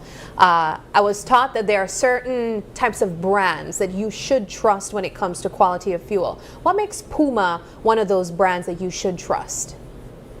Well, for starters, I think that we are heading on the technology that has come, right? So we keep we try to keep a pace on that, and you can be sure that every time you visit a PUMA service station, you will get the highest quality product on it, because we do like to take care of all our customers' engines, right? Because we know that if we do not deliver that product, well, we cannot be a trusted brand, right? And we try to gain certain certifications as well, and we are also announcing right now at Belize we are the very first brand to be top tier certified. And What with does the that mean? CLEANTEC and with CLEANTEC, we are top tier plus. That PUMA is the very first brand in Latin America to gain that certification. What does that tier What plus. does that mean? What does that certification? The top tier certification endorse the fuel that you use in your vehicle, right? This was born like in association for the main manufacturers around the world, like Volkswagen, Mercedes, Porsche, General Motors, Honda, and all of these brands that recommend, I would say, that you will have to use top tier gasoline certified in your car. They do audit studies and everything. So with the CLEANTEC, they audit our gasolines and they certify a top tier plus. So it's a very good news for us and for our customers as well, because they can rely on that we are confident that we are giving them the product that they need and taking care of their engines of the cars. With a product like PUMA gasoline, how much goes into research and development in terms of trying to find new ways to, come up with additives, come up with perhaps a thinner, cleaner product and so on? Well, top tier does some audits. We don't know when they do it, actually. They go into a service station. It's not like they are going into our base and have the sample taken, but they go into a service station, take the samples, and they leave for a test in the United States, and then come back with the results and saying, okay, you're good, you're complying all the standards that we need, or you're exceeding the standards that top tier needs. And that's for the CLEANTEC, that's what happened actually. We exceeded the standard of top tier, and so we had the top tier plus certification. You also asked about what goes into and how can you trust the fuel that you're getting at PUMA. We're very proud of our team, of our staff at our service stations, our pump attendants, our supervisors, and our managers. And there's a lot of training that goes in. Every year we do safety trainings, because I'm sure when you're pulling up to the pump, you might be on a call and oblivious to, hey, I'm at a service station, but our pump attendants are going to remind you. And so we do trainings with them on safety, on customer service, and product knowledge. So we're bringing everybody in this week, yesterday and today, from across the country, and we're educating them about the new product, about CLEANTEC. As well, the top tier certification is a big deal, especially for vehicle distributors, because all the new models are coming with all these requirements, and a lot of them require top tier certification. So for us, it is a big deal, CLEANTEC, and knowing that we are top tier plus, right? So you can have that confidence in knowing that the PUMA fuels are of the highest quality. Well, it certainly sounds like good news for drivers on the road who wants to preserve their vehicle. I know for many users, the last thing you want is to have any engine issues that are extremely costly, any issues on the road as well. And it starts with quality fuel. It starts with protecting the vehicle that you have. Now, again, I'm going to come in with my ignorance. So let's say I am a driver that would have put in fuel at the nearest gas station that I can find, and it's not always PUMA. How would you go about recommending, if I decide that I want to switch to CLEANTEC? Do I ensure that my tank is empty and then I start fresh with CLEANTEC, or can I add on top of what I already have? Well, you can add it on the top of what you already have. Obviously, there won't be like the same effect because it will mix with other fuel, less quality fuel than CLEANTEC. But you can definitely start on putting up the top instead of waiting for the tank to be empty. And you can refill it then with CLEANTEC, and so on the long term or medium term, you will start to feel your car more like softer, like, you know, higher performance. And why not saying you can also save on the fuel as well, right? Because the parts is gonna be so clean that you won't need to use that extra fuel, I would say, that maybe you can use right now when your engine is not clean. In Belize, there are so many competing brands that I think for the average motorist, you just go to the nearest service station. There's one You're not thinking, okay, I'm a PUMA loyalist or I'm a Shell loyalist and I'll only purchase fuel from them. If you're traveling and you're on a commute and you see your needle is going on, you know, in the other direction, you need to fuel up and do so quickly. So the likelihood perhaps of starting with a clean tank and then applying CLEANTEC, I don't know, that's a tricky one. And I think that's why it's important that we launch the product and we go on this educational campaign and let people know that the brand represents more than just pretty image or nice uniforms. There's so much more behind it, and the integrity of the fuel that we're giving, right?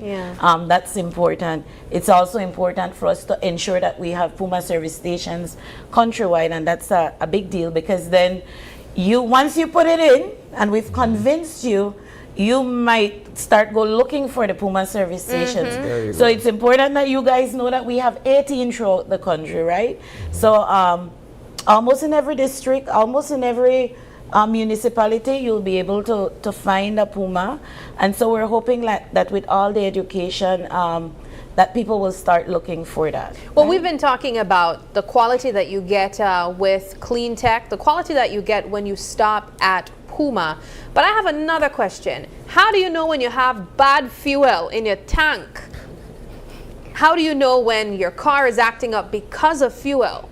So I know that oftentimes we would get calls that people would come in and say, I went to a PUMA service station, my vehicle stopped working, my mechanic said it's the fuel. What are the signs? What do that's very common. It's like smoke, shake,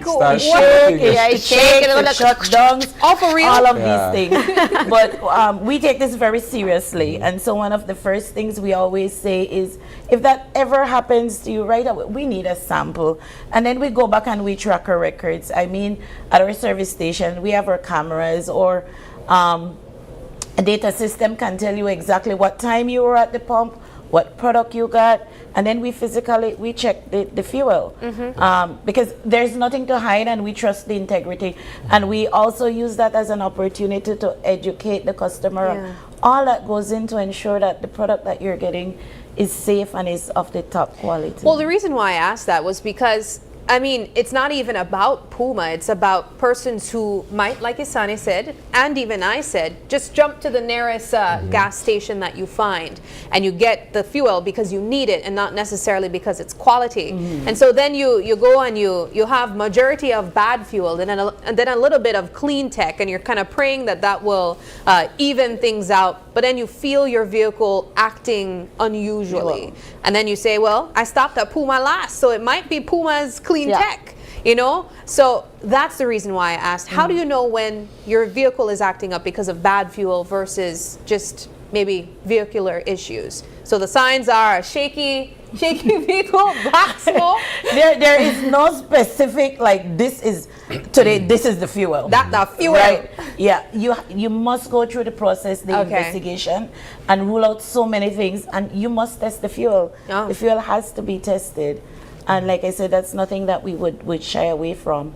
But you must go through asking all the right questions so we can get to the answer. All right. Well, CLEANTEC, as the ladies mentioned, it's nothing really new. It's just new to you in knowing you've been getting quality fuel all this time, and they are telling us why and how it works. In terms of substations, you mentioned that there's 18 stations across the country in all the districts, I imagine. Almost all. We're almost at Corozal, so just hold on for Okay, us. hold tight, Corozal. We're going to get to you next. And in terms of other things that you can purchase at your nearest PUMA station, aside from fuel, what can you get there? So we have our entire line of PUMA lubricants. We've been doing well with that. And it's not just only for your small individual personal vehicles, but we also have lubricants for industrial customers as well. In Belize City or PUMA Super 7s, I don't know if you've visited our convenience stores recently. Yes. We went through a rebranding and it's been super successful. We really appreciate our customers, and I think they appreciate our waffles and the variety. You said waffles, and I think that's what you guys are known for, actually, over there, the waffles. Even some of my coworkers talk about it. Oh, lovely. Yeah. So we have PUMA Super 7, and we hope to continue expanding that as well. So all of this falls under the PUMA family. So you get our CLEANTEC, you get our waffles, you get our lubricants. We won't fail you. All right, and the list It's goes on. At one stop. All right. Well, ladies, thank you so much for joining us. This has been a wonderful conversation, quite informative, and we wish you guys all the best. Thank you. Thank you. All right, we take another quick break, but don't go anywhere. When we come back, we have more conversations for you right here on Open Your Eyes.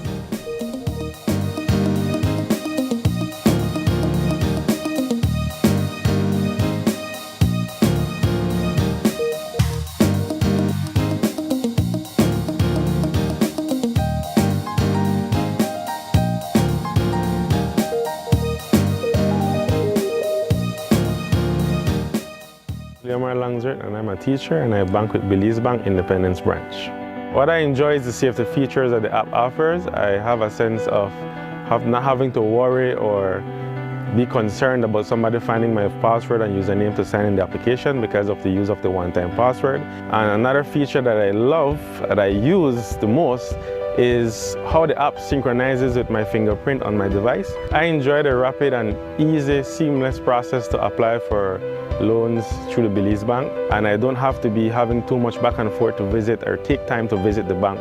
They also start to offer the online applications through the app for loan applications, which I believe is very neat.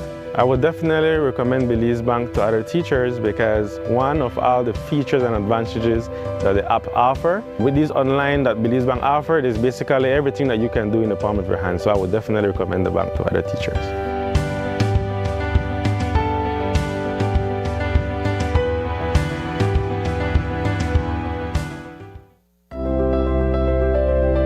Children have a voice, and this Friday they're taking the floor. Join us on Open Your Eyes for a special live broadcast of the Children's Parliament, where the leaders of tomorrow speak out on the issues that matter today. Hear their ideas, their dreams, and their bold solutions for a better Belize. Tune in this Friday, November 14th, live from the George Price Center in Belmopan at 6:30 a.m. only on Open Your Eyes, because every child deserves to be heard.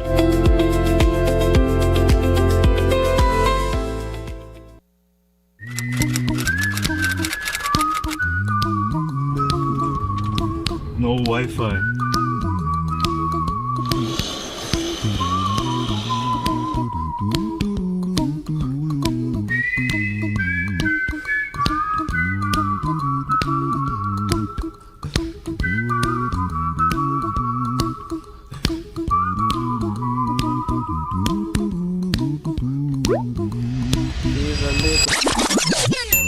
You might want to sing it note for note, don't worry.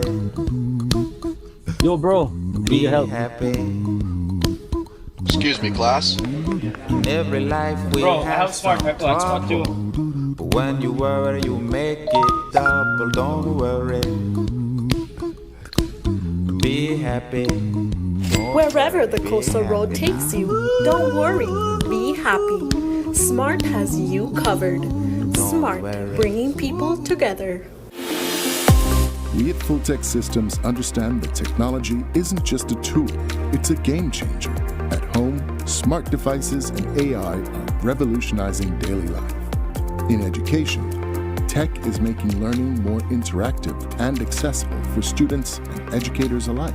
For businesses and government, it's driving innovation, streamlining operations, and unlocking growth, leveraging tech for better services, infrastructure, and security.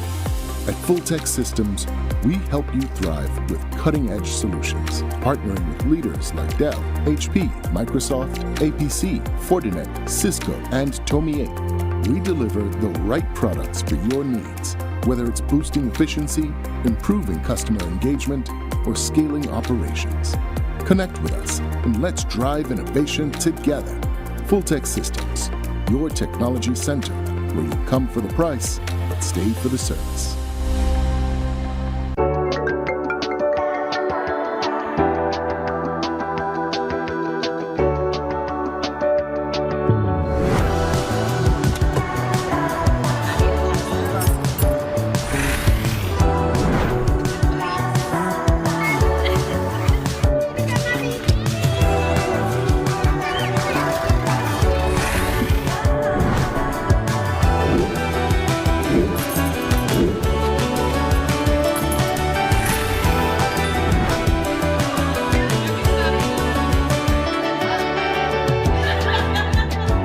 The future is calling.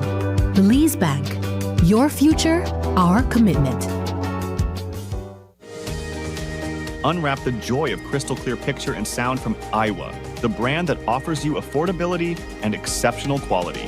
Iowa has a wide range of exceptional products to choose from, such as TVs, speakers, headphones, home appliances, and much more at affordable prices that won't break the bank. Enhance your audio-visual entertainment experience with Iowa. And for your convenience, parts are readily available in country for hassle-free maintenance. You can find Iowa products at your local electronics store countrywide. Choose Iowa, the best in home entertainment and household appliances.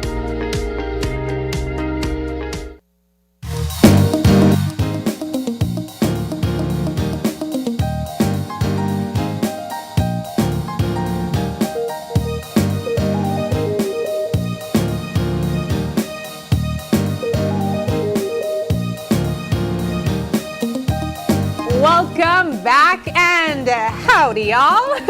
We are here for our second conversation this morning, and it's all about Johnny Mars turning up the heat for Bacchanal Sunday. John, it's not often you bring props with you, but we welcome it. All right, we have here with us no stranger, John Marsden. He's the organizer of many events that we have seen throughout the course of the year, day parties. But he's also joined by two DJs virtually. We have here with us Just Jay, he's a Barbados DJ, and DJ Stevens coming to us from St. Lucia.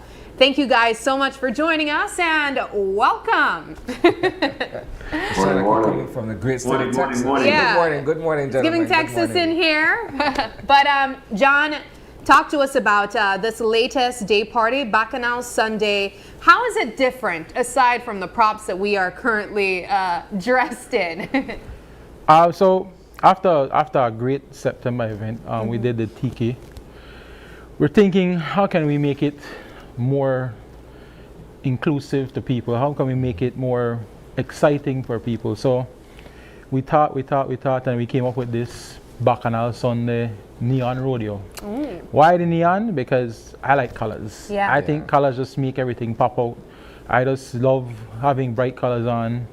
And the rodeo, we're gonna bring an experience of a rodeo, experience of the Western team to our guests. Yeah. So we thought, all right, let's do something different. So our first thing was, instead of having one international DJ, which is the norm, I went for two. I went for Steven. Me and Steven has been talking about bringing him to Belize for years. We didn't get to do it. We're trying to make sure that it happens this time. Yeah.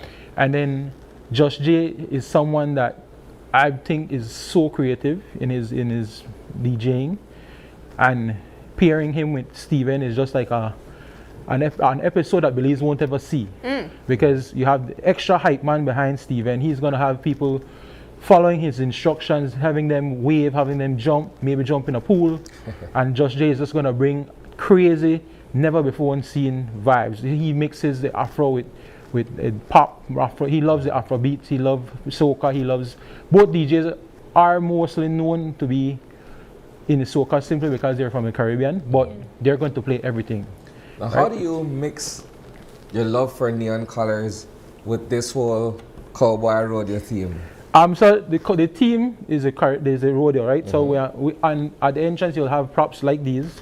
Yeah. We have props like what Sabrina has on, the bandana. We have our sunshades that me and Isani are too cool to use. They are too cool for school, guys. Right?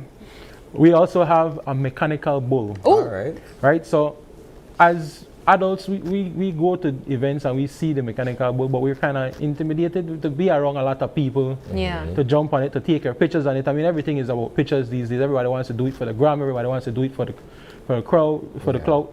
And also, come early. You're gonna have your mechanical bull that you can ride, right? You can ride. You can take your pictures. You have the instructor tell him, don't let me fall too hard. It's gonna be the venue is gonna be dressed in neon colors. So we have bright colors like pink, purple, orange, yellow, and then it's gonna be glowing. We're gonna have a lot of glow effects around the venue. Yeah. Right? We kind of change up this entire look because we move the stage from where it normally is, put it to the front of everybody, and we're moving around the song so everybody has song from zone 1, zone 2, zone 3, zone 4. We created this new aspect of the zoning, right? Simply because we had a lot of chaos with people moving around the tent, the table tents, and putting it where they want. Yeah. Right? And it's kind of like a disadvantage for people that book early, as opposed to people that came late. So now we're zoning it off. We're having security, our hostess in each zone. So when you pay for your zone, you guarantee you're in that zone. Yeah. Right? We also have our pictures. We that's our kind of trademark now. Yeah, I was gonna say I've seen stunning photos from all of your day parties so far. I always believe that your entrance is what sets you to have a vibe, right? If you come into a venue and it's just blank, you're like, okay. You have a whole backdrop for that. Maybe not. We have a good time. Nobody will remember it. Yeah, but when you come in and you have a team background, a team photographer saying pose 1 2 3 pose 1 2 3 pose 1 2 3 pose, and you get a printout of that. Right away it screams, I'm gonna have a great time. And you pay for that separately? No, it's free. It's free. When you pay your price, the price is $75 pre-sold. It's being sold strictly on the Quick Pass app. We're going green, so we don't want to have to print papers. We can print papers, but it's simply transferable to your phone. When you pay that price, you get everything. You come in there, you get free except the liquor. You have to buy your own drinks. Yeah.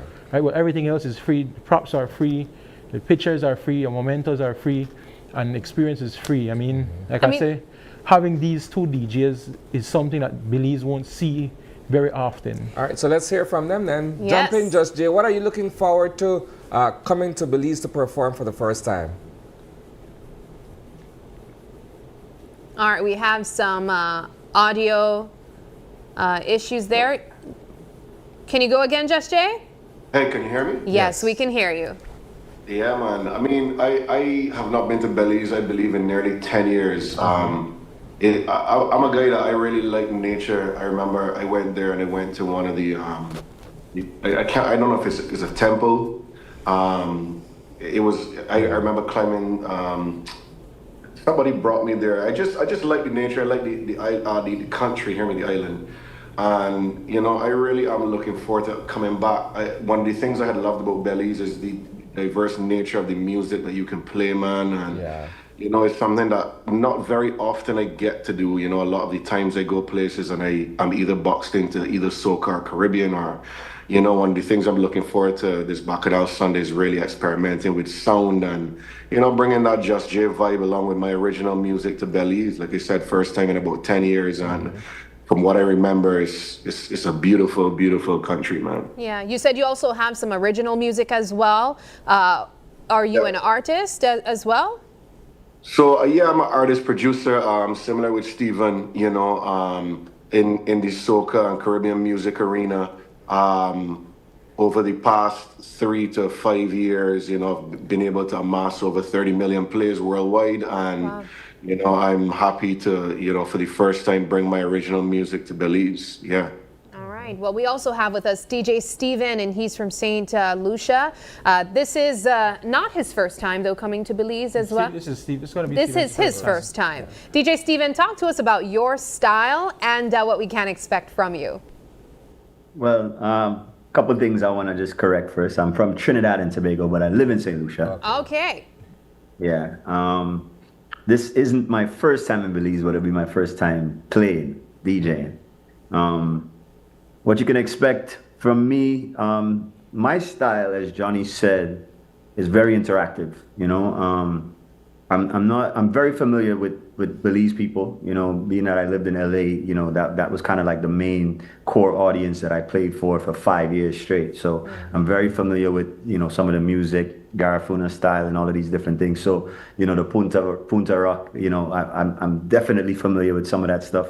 And I love it, you know, but I'm just looking forward to the vibe of the people. I'm not too sure what I'm going to play or what I'm going to give you guys, but I know it's going to be energy, it's going to be entertaining. It's going to just be some good vibes. So you don't, as a DJ, you don't have like a playlist that you put together before you do a gig? Not me. Okay. The most I might put together might be like an intro or something like that, but you know, I never really have my style is very interactive. So what I would do is come feel the energy of the people, and then I would kind of just feed off of that, you know, and then just give you a vibe, whatever I feel. So what the people bring, or what I see and feel the energy of the place, if I feel like it needs to be lifted, or, you know, I see like they're vibing to a certain genre, a certain type of music, or, you know, sometimes you go to an event and people come in full of energy. They walk through the door dancing. That means they ain't no warm up. You're going straight to the action. You know what I mean? So it just depends. It just depends. But, you know, for sure, I'm coming to entertain. I'm coming to bring my vibe, my energy, my style. You know, Just Jay is one of my favorite Caribbean DJs right now as well. And he's one of the guys that I think he brings that theatrical element to our genre, you know, from his intros, some of his edits. You know, I really like seeing it live and hearing it for myself. So I'm excited to play alongside my bro. And I think it's going to be exciting. You know, we both do a lot of, you know, crazy interactive stuff. So I think it's going to be fun. It's going to be exciting. We get along really well. So look out for a show. It's going to be good. How does both DJs pair together for the actual show? Like I said, both are crazy energy. I mean, both have, to me, similar styles, but different ways to project it. Okay. Right? So Steven is the guy that's going to come. He's going to have you waving, jumping around, doing crazy stuff. Josh J is going to have you, he's going to interact with you, he's going to jump with you, he's going to introduce his song. I mean, we don't, Belizean people, I'd want them to go and Google Josh J music, Google DJ Steven's music. They have huge hits. Right? Josh J is one of the biggest producers of soca music. He has When Last You've Been to a Party. He has Brain Freeze. He has Bye Too. You know, so he has Holiday. A lot of huge Holiday is one of the biggest. Holiday, today's a holiday. I'm not going to work today. That's one of the biggest tunes that he produces, right? Yeah. You know, I mean, he is something that, like I said, Belize, we have to understand. We don't want to see the same DJs over and over, right? That to me becomes so boring. I'm tired of seeing some DJs here in Belize bring something new, right? And nobody has thought about bringing these two DJs together, right? I mean, these guys are some of the toppest DJs in the soca realm. I keep saying soca because that's where they excel in, but they're not limited to, right? Steven, you go at any party, guarantee it's for a soca party hosted by Skinny Fabulous, hosted by other popular names, you're guaranteed to see Steven on it. You go on any party, whether it be in Toronto, whether it be in Barbados, you're going to see Josh J visible on it, right? These guys are huge DJs. They're not small DJs. They're not brand new DJs rookies in this game. They are veterans. Yeah. Right? Both of them. And we get to have them both On for one night. Bacchanal Sunday on $75 for one starters. night for starting price of $75. Not only that, you get props, you get photography, and you get to have some fun with an experience rodeo, like a rodeo, a mechanical bull. It's like a rodeo because you get to ride a bull. Yeah. I mean, if you want to do it, you can ride your bull for free. Yeah. You know, it's something that. You contest them in. So I'm not able to see the props, you know. You guys didn't put us on the video for me to see the props today, man. You know, But I'm just like a props you guys cowboy. have, you know, so I can know how to come. I'm coming in my cowboy gear too, you know. Yes, man, Ready. you need to. You need to. All right, well, tell us the date, time, and how we can purchase our tickets. All right, so it goes down on November 30th, right at the Grand Resort. That's our home for right now for Bacchanal Sundays. It's the last one for 2025. The ticket prices is $75. It can be purchased on the Quick Pass app. I mean, that app is so flawless to work with. It's very easy as long as you have your own card. You type in your information. Make sure it be your own card. Yeah. Type in the information, and then you can purchase your tickets. Cocktail tables, we are sold out in Zone 1 and Zone 2. Zone 3 and Zone 4, we're nearing 75%. We have roughly about 15 to 20 tables left. They're going for, those ones are going for $100.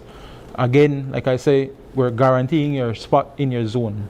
Yeah. Right? We won't be allowing people to move around. You're going to have a centerpiece that you can take home.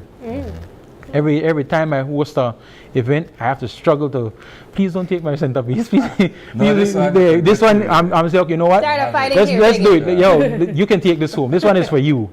You know, so again, it's an experience. I guarantee it's going to be a vibe from you enter the door of Grand Resort. You take your pictures. You walk to the entrance of the venue. You get your band. We're doing a new style of band as well. We're going outside. You take a ride on the mechanical bull and make your way to the vibe. Right? Drinks are. We're trying to work with people. We're sponsored by Caribe. They're going to be having their Caribe on display, as well as they're going to be giving you some samples for free. We're also sponsored by Casa Cuba. They're going to be selling their cigars. I mean, Western and cigars go together. And then we also have hookahs on sale. You can pre-order your hookahs. Just text the number 622-9754. 622-9754 is the number you need for everything. Just remember that number, 622-9754. Right? You reserve a table, reserve your tickets, reserve your hookah, and if you need delivery, we'll make it happen for you. All right, the end of the month, November 30th. November 30th, it's a Sunday. We start at 3 p.m. And we it go ends? until 10 p.m.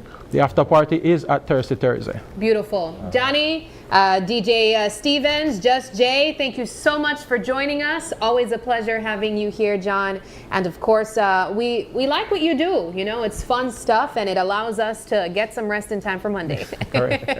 All right, we take another quick break, but don't go anywhere. When we come back, we jump into some leadership conversation. It's all about Global Leadership Summit.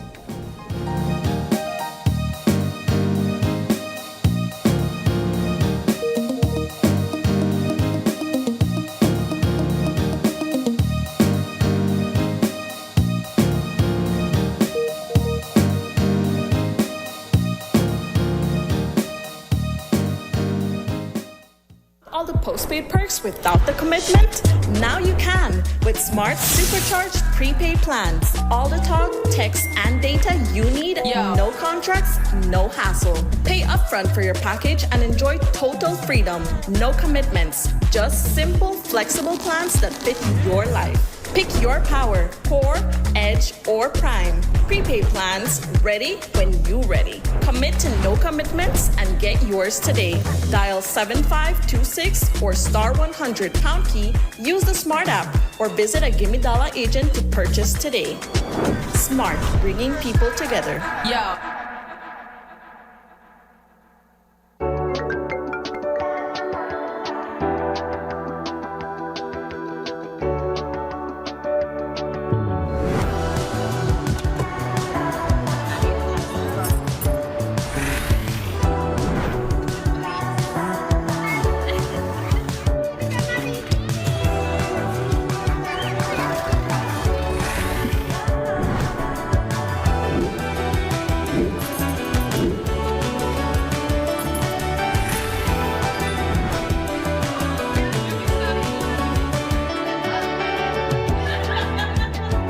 The future is calling. Belize Bank. Your future, our commitment.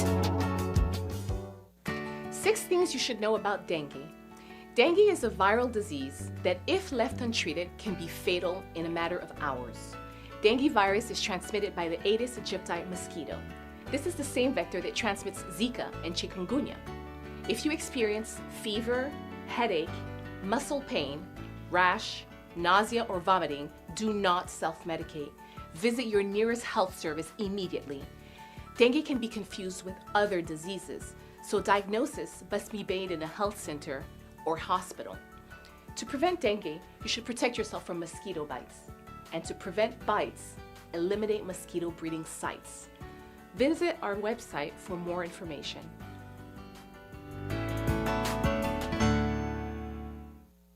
Say it with color, say it with texture, say it with Design Depot. Step inside Belize's #1 tile destination, where you can find every style and every finish. Choose from a large assortment of ceramic, porcelain, stone, and mosaic tiles. The selection is truly unmatched. Right now, enjoy up to 25% off all tiles. And with every purchase, you'll be entered to win a $25,000 home makeover. Some restrictions may apply. Design Depot, Belize's #1 tile destination. Design Depot, all in one place.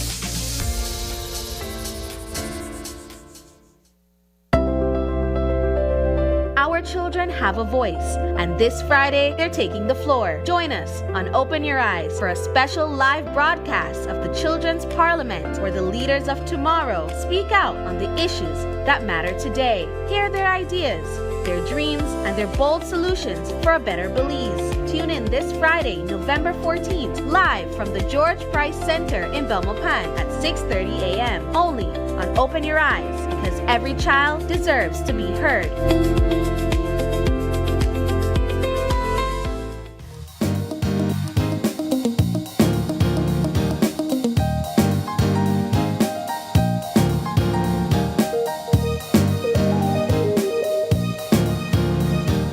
And welcome back. Joining us for our last segment this morning is Kerm Timbrell. He's the country leader for the Global Leadership Summit. Good morning, Kerm. Good morning. No Morning to stranger you guys. OIE. Yeah, it's good to be here. Every It's year good to around have this you time. back, yes. Right. So the What GLS are we is doing here this again. time around? We're getting ready for another Global Leadership Summit. That's right. What can participants or Belizeans expect? Well, let me just start by saying, I put some notes and I want to get Sure, off no track problem. because it's important content. So why GLS? Because we specialize in soft skill training. That's what we do as an organization. We're not going to teach you technical skills. It's soft skills, right? Our trainings are deeply rooted in laws. It's backed by data, crowned by success, and we've delivered on our promises over the last 7 years. And our audience out there knows this. I mean, people just love the GLS here in Belize, right? So if with you guys' permission, I can talk about some of the faculty for this year. Every year it changes. Yeah. We might have 1 or 2 that's the same, but it changes on an annual basis. And so we're going to have some of these names you've never heard, and sometimes I ask myself, why haven't I not known these names before? So we have Erica Dewan. She's ranked top 50 management mind by Thinkers 50, right? So that's a lot of thinking. She's a world's leading communication expert, and she works with Harvard Business Reviews, Coca-Cola Fast Company, and the Wall Street Journal, right? She will be talking about connectional intelligence, how to build trust in our digital and AI age, and unleashing connection through digital body language. I mean, we're in it. We live it, but then she's putting body to it, a framework to this, of how we need to adapt to this language and understand the science of it. And teaching leaders how to connect in the modern age, right? So very important. We have Ms. Tasha Urick. She's an organizational psychologist and researcher and New York Times bestselling author, known for her work on self-awareness and leadership. Her clients include the NBA, so it's kind of hype like your DJ that was here before. Yeah. We have some hype stuff. Some prominent people. Yeah, of course. The White House and Fortune 500 companies, that's the kind of people that these guys that use the material from these presenters, right? We have James Hewitt. He's a human performance scientist, a best-selling author, and leading expert in sustainable high performance. He coaches leaders from Formula One. I'm sure you guys are familiar with the Formula One race. F1. That's right, exactly. To Fortune 500 companies. And he will be talking about regenerative performance. Sometimes we dip down, we lose energy, we cannot go the long distance, right? This thing is not a sprint, it's a marathon. And so he's going to be teaching some concepts on how we live our lives, not based on a sprint. We don't get burnout, we don't lose our way, but it's a marathon. Life is a marathon. And then, of course, we have Juliet Font, and I have three more. Yeah. Juliet Font, CEO of White Space at Work, which is a training and consulting firm. They work with companies like Spotify, Nike, Sephora.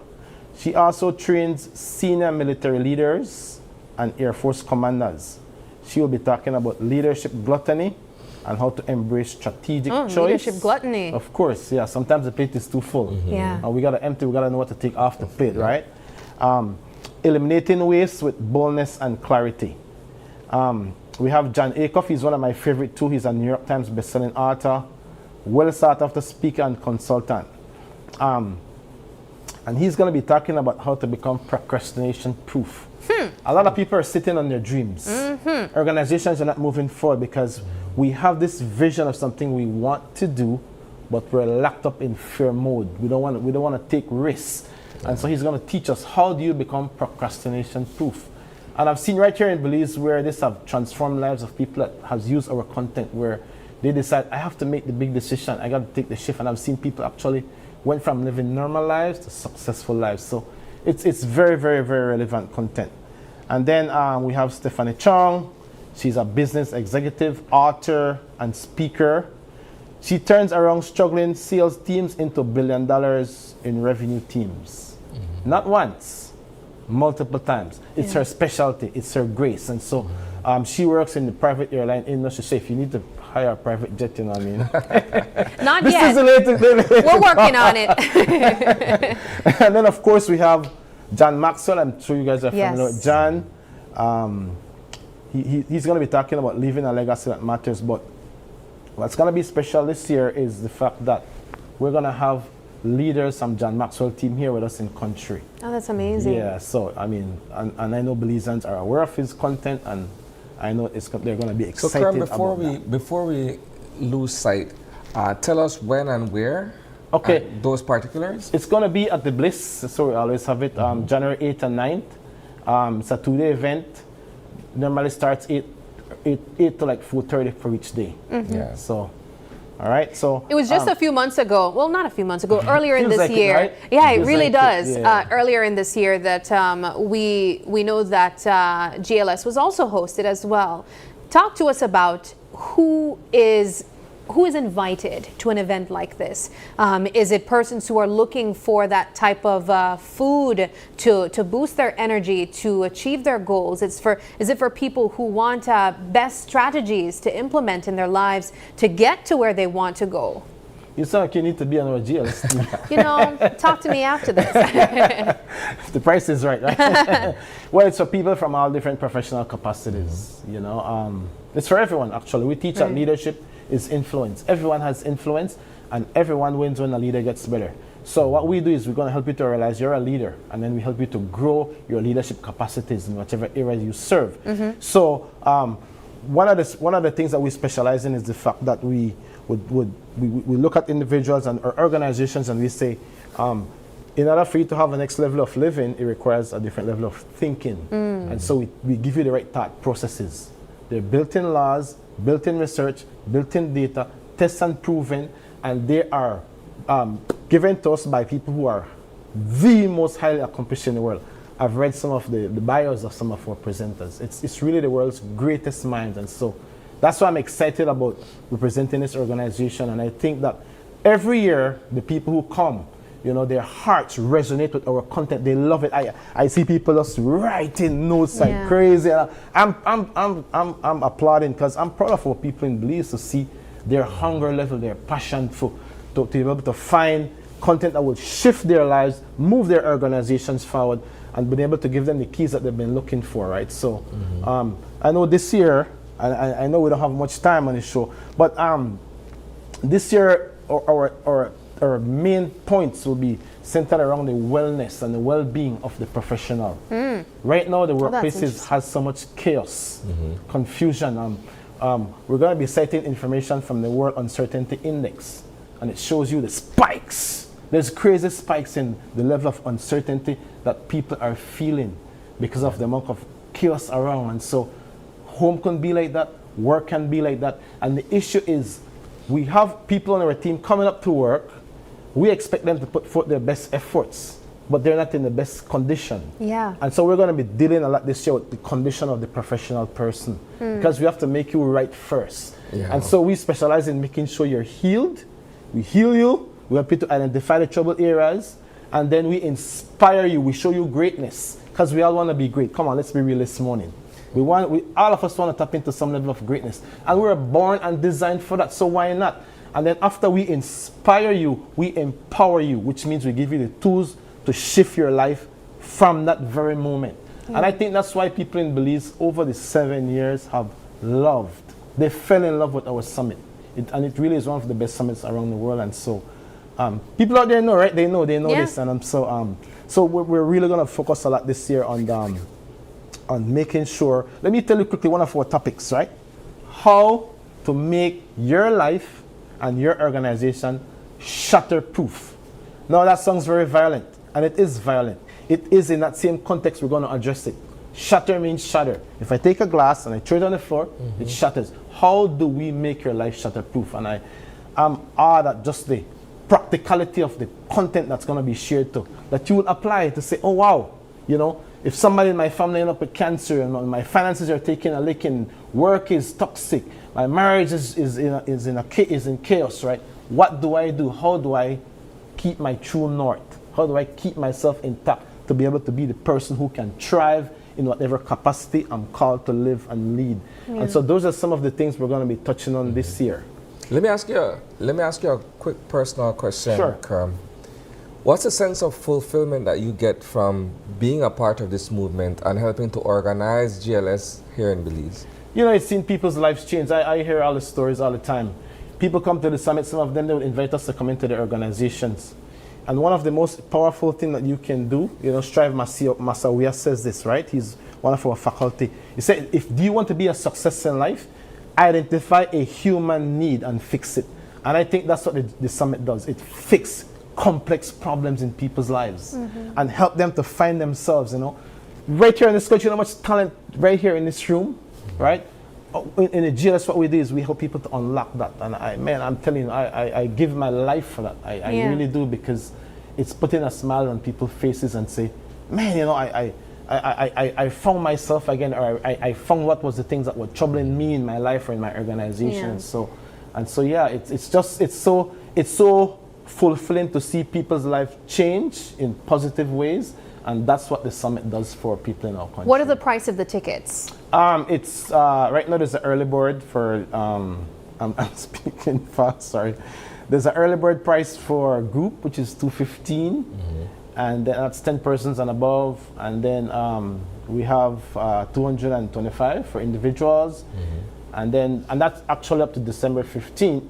And then after that, it's $250. All right. And you said the date for GLS will be January 8th and 9th. 8 and 9. So this is 2026. You have enough time to save up. Maybe request that for Christmas if you're looking for a bright 2026. Kerm, thank you so much for joining us. It's always a pleasure having you here. Hopefully we can have you back later on in the year to really refresh our viewers again on the purpose of this initiative and why it's important. Let's start 2026 the right way. That's right. I love it. All right. Well, we do got to wind things down now. It's been a wonderful Wednesday morning. It's it is November. Today is wow. It's not it for the first time. I'm glad he made an error. It's the 12th, and if you're celebrating a birthday today, happy birthday to you. If you'd like to give a birthday shout out, or if you have any questions, comments, or concerns, you can send us an email at oie@channel5belize.com. You can also catch us on Facebook. That's Open Your Eyes BC, as well as Instagram for behind-the-scenes contents. That's OIE Belize. You can even call us or text us. We have a phone number. That's 675-2555. But please do us a favor and join us again tomorrow when you open your eyes. Start your morning right. Until then, keep your eyes, your mind, and your hearts open. Have a wonderful Wednesday, Belize. Stay warm, stay cozy, and we'll see you tomorrow. Bye.